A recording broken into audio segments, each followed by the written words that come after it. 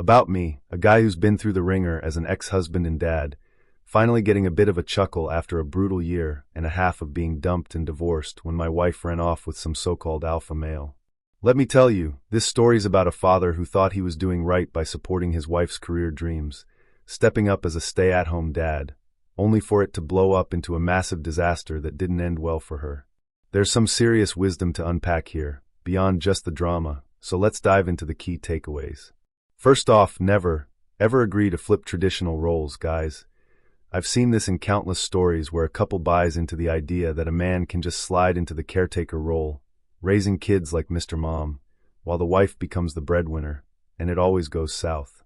When a guy takes on that traditionally feminine role, and she steps into the masculine one, it's like a switch flips. She loses interest, he feels off, and it leads to cheating, fights, and divorce. Don't do it, trust me. Second, a man should never ditch his purpose, especially not to take on a role that mimics what's traditionally seen as the woman's, because it's a recipe for regret on so many levels. Third, jumping into marriage without really knowing someone is a train wreck waiting to happen. You need time to see who they are through life's ups and downs. Fourth, never take back someone who betrays you. And fifth, they always seem to crawl back, don't they? So here's how it all started. I was with my ex for 8 years, married for 7, and when we met, it felt like the world stopped. Everything just clicked, though I've since learned that's more about sparks than real love. People talk about love at first sight, but let's be real, it's more like attraction at first glance, and I was hooked. After just 1 year of dating, we decided to get married, which looking back was way too fast. You need years to truly know someone, to meet their family, see how they handle real life, not just rush and all starry-eyed. Not long after, we had our son, who's 4 now, born right in the middle of the pandemic, which threw everything into chaos. So my wife quit her job while I kept grinding as a line cook and picked up Uber Eats to make ends meet.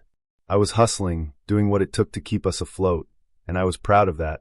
Once the world settled down post-pandemic, my wife said she didn't want to be one of those women who gives up her dreams after becoming a mom, so she went back to law school to finish her degree and pass the bar. I was all in, cheering her on, thinking we'd figure out how to balance it all. Her chasing her passion, me holding down the fort, maybe getting a sitter or daycare so we could both thrive. But it didn't go that way, not by a long shot. Right after she passed the bar, she landed a job at a downtown law firm, thanks to her friend.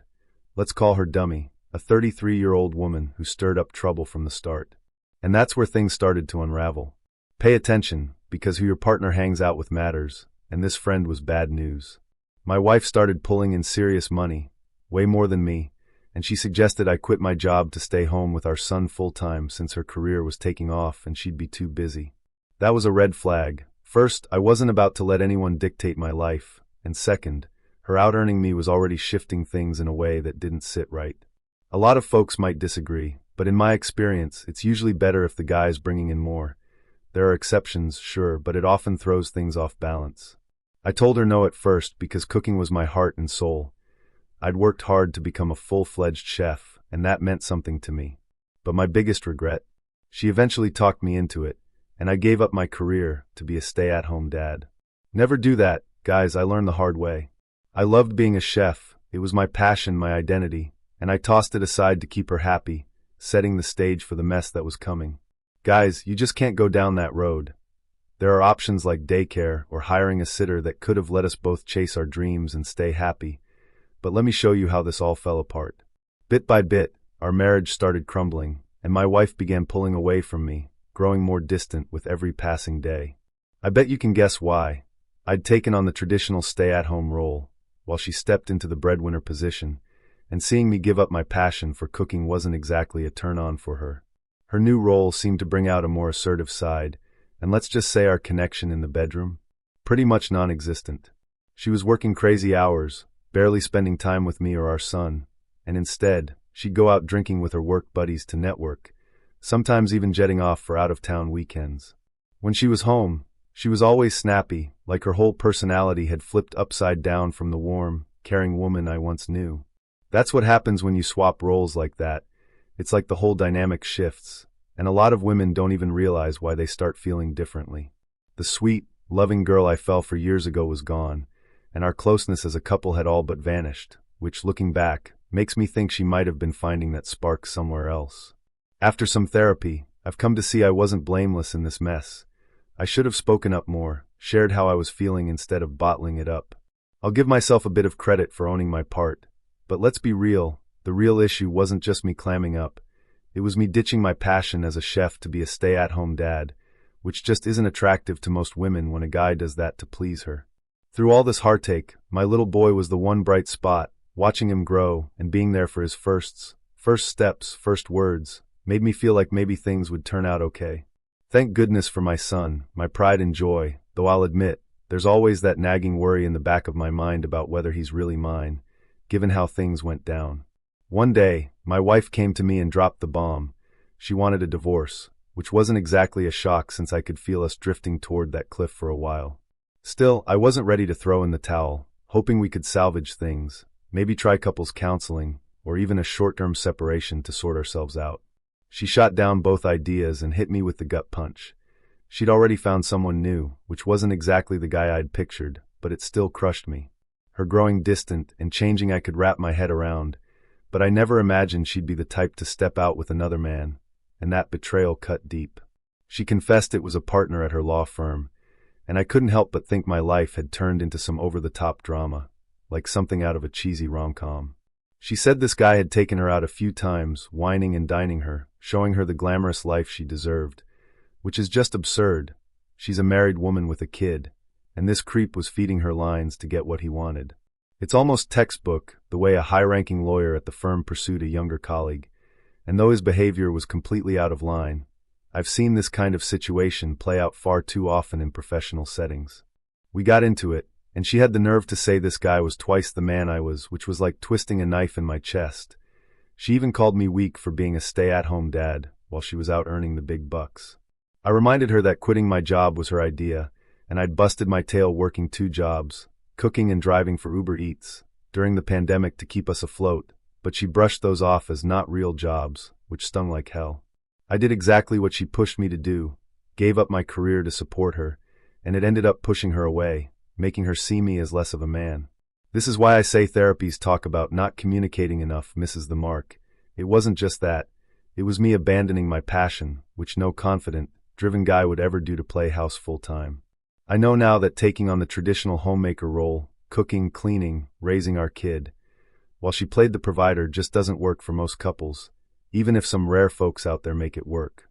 My ex went on about how this new guy in her life was the real deal, a confident alpha male who truly understood what a woman needs and how to provide for her, unlike me apparently. She couldn't stop boasting about his impressive height, chiseled muscles, and his high-flying job, claiming he swept her off on luxurious weekend trips that she'd initially passed off as work-related networking events. The wildest part was her saying this guy was so honorable that he refused to make their relationship official until she and I were fully separated, which almost made me laugh out loud at how naive she sounded. I've seen this kind of thing play out too many times to be shocked, but it's still mind-blowing how she could take everything I did to support her dreams, quitting my job, raising our son, and throw it back in my face like it meant nothing. But hold on, because the worst was yet to come, showing just how cold-hearted she could be. When I brought up our son, asking what her plans were for him, she casually said I could keep him, claiming he liked me better anyway, as if our child was some unwanted item she could just toss aside. That moment broke my heart more than anything else. She was talking about our little boy, her own flesh and blood, like he was disposable, and I couldn't even recognize the woman standing in front of me anymore. I'll admit, I lost my cool and fired back with some harsh words, letting my anger get the better of me, because after everything she'd done, she deserved to hear the truth about her actions. She was already tearing me apart, rubbing this so-called alpha male in my face and calling me less of a man, but to abandon our son like that? It just shows how a guy can sacrifice everything, his career, his passion, his identity, for his family, while some women will ditch their own kids to chase what they think they want. This guy she's chasing, who's clearly just using her, isn't going to stick around long-term, and deep down, I think she knew it. She seemed stunned by my outburst, probably because I rarely got mad, and she just turned and walked away, leaving me to pick up the pieces. For 3 weeks straight, I was a wreck, crying my eyes out, secretly hoping she'd call and come back, not because I still loved her, but because the idea of life without her felt so daunting after years together. I was heartbroken, especially for our son, who she'd cast aside so easily, but wanting her back was a mistake. Why would I want someone like that in our lives again? The only thing that kept me from spiraling was my son, my little lifeline, who gave me a reason to stay strong and avoid drowning my sorrows in bad habits. I swallowed my pride and went back to my old job, practically begging to be rehired, and they were kind enough to give me some weekend shifts, which was better than nothing and a step toward rebuilding. I shouldn't have had to beg, but I was in survival mode, doing whatever it took for my boy, and he was the one keeping me from falling into a dark place during that nightmare. For months, I kept my head down, grinding through work and the divorce process, which moved faster than I expected, and before I knew it, the marriage was officially over. The hardest part was feeling so alone. On social media, everyone was cheering my ex on, painting her as this empowered, independent woman who'd broken free from some imaginary chains, while I was made out to be the villain holding her back. It stung to see her controlling the narrative, with no one mentioning how she'd walked out on her own child, and not a single person reached out to check on me, which showed me who my real friends were, or weren't. That isolation pushed me to try therapy, and I haven't regretted it since. It's been a game changer for anyone doubting whether it works, as long as you find the right therapist. My therapist initially pointed to my lack of communication as part of the problem, but I think they meant I should have been clearer about my boundaries, like refusing to give up my career in the first place, because that's what really tanked things. Sure, she made awful choices, but me caving and abandoning my passion as a chef didn't help. It's just not something that keeps the spark alive for most women, and I learned that the hard way. Now here's where things get interesting, the part you've all been waiting for. Fast forward to this week, when my phone rang with an unknown number, and when I answered, it was my ex on the other end of the line. My ex was in tears when she called, and let's just say it's no surprise she came crawling back. Guess her perfect romance didn't last. She spilled that her so-called alpha male boyfriend had moved on to someone else, and she was too scared to confront him since he's a big-shot partner at her law firm. Honestly, what did she expect? Getting involved with a shady guy who's fine with cheating and misusing his authority to pursue a younger associate? Did she really think he'd be loyal forever? There's a strange sense of fairness in how things turned out for her, but it doesn't ease the heartache of her leaving me behind and, even more painfully, turning her back on our son for this new guy she barely knew. She tried to explain her side, laying out how everything snowballed to this point, admitting she's always been a charming, outgoing woman who felt unattractive and insecure after having our son and navigating the pandemic's chaos. Even though I reassured her she was beautiful, she craved external validation, and landing her law firm job gave her that boost she was chasing. Feeding into her insecurities was her co-worker, let's call her Dummy, who'd recently gone through a divorce and filled my ex's head with toxic ideas, convincing her I was a weak man holding her back. You've got to watch who your partner hangs out with, because this friend, bitter from her own failed marriage, dragged my ex down with her, encouraging her to ditch our family for a new life. Sure, Dummy did her part in stirring the pot, but my ex isn't some naive kid. She's smart enough to graduate law school, pass the bar, and raise a child, so she's fully accountable for her choices, no matter how much she tries to dodge the blame. She kept going on about how she's way out of my league in looks and deserved a man who matched her so-called standards, parroting her friend's nonsense about me being a pushover who was stifling her freedom.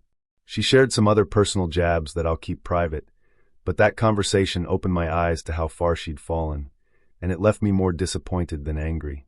I couldn't believe she'd throw away our family based on fleeting whims and pressure from a toxic friend, but what's done is done, and there's no undoing her betrayal. Then she had the nerve to ask if we could give it another shot, after spending months calling me a weakling and chasing some alpha male fantasy. Would a confident guy even consider taking her back after that? She claimed she missed me, saying she regretted taking for granted all the little things I did, like making her lunch every morning or keeping track of her medications. But what about our son, the amazing little boy she gave birth to and then abandoned, who's been without his mom this whole time? And honestly, that's probably for the best given who she's become. I admitted I missed the woman I thought she was, but that's not who she is anymore, and I wasn't about to let her think I'm some fallback option she can run to when her fling falls apart. She sobbed, insisting she'd wanted to come back just a week after leaving, but was too stubborn to reach out, which I don't buy for a second. More likely, her boyfriend dumped her recently, and she's only calling now because she's out of options. I stood my ground, told her no way, and ended the call, feeling a surge of pride for handling it like a man who knows his worth.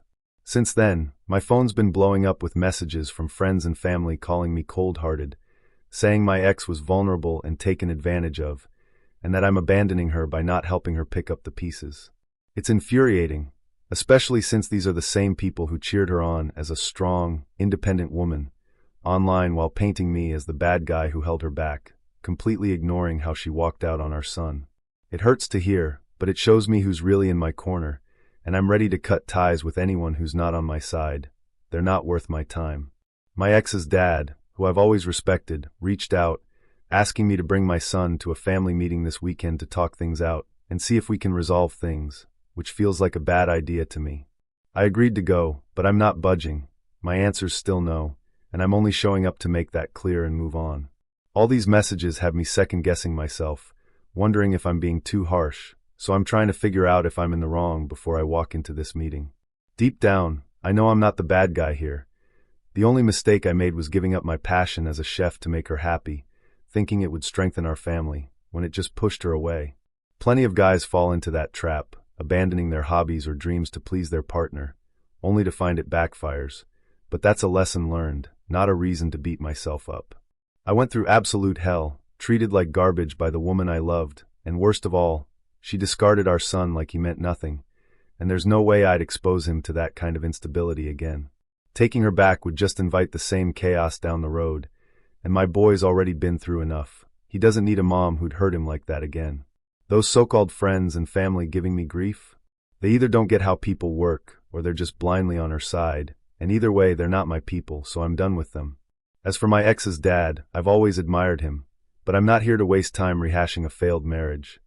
I'm a grown man, this is my call, and I'm not going back to a toxic situation just to appease anyone. If they keep dragging my name through the mud online, I'm not above getting a lawyer to shut it down, because I'm done being the scapegoat. I made mistakes like any guy might, especially when you're young and trying to do right by your family, but I've stepped up for my son, stayed strong, and come out the other side.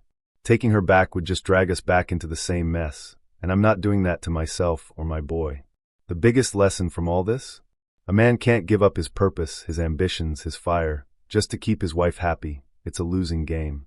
That whole stay-at-home dad setup, playing Mr. Mom while she's the provider, might work for a rare few, but when you've got a guy who's naturally driven and a woman who's used to traditional roles, flipping that dynamic is a recipe for disaster. She pushed for it, convinced me it was what she wanted, but it just proves she didn't know what she was talking about, and I paid the price for listening. Her abandoning me was bad enough, but leaving our son and saying she didn't want him? That shows who she really is, and it's not someone I could ever forgive, even if I believe in letting go for my own peace. I'm proud of standing tall, and yeah, maybe I'm getting the last laugh, but I'm not going back no matter what anyone says. My son and I are moving forward, and we're going to be just fine. That's my story, and I hope it gave you some real food for thought about standing strong and keeping true to yourself, no matter what life throws your way. If you found this tale relatable or learned something new, hit that subscribe button to join me for more stories like this, and drop a like to let me know you're with me. It really helps spread the word.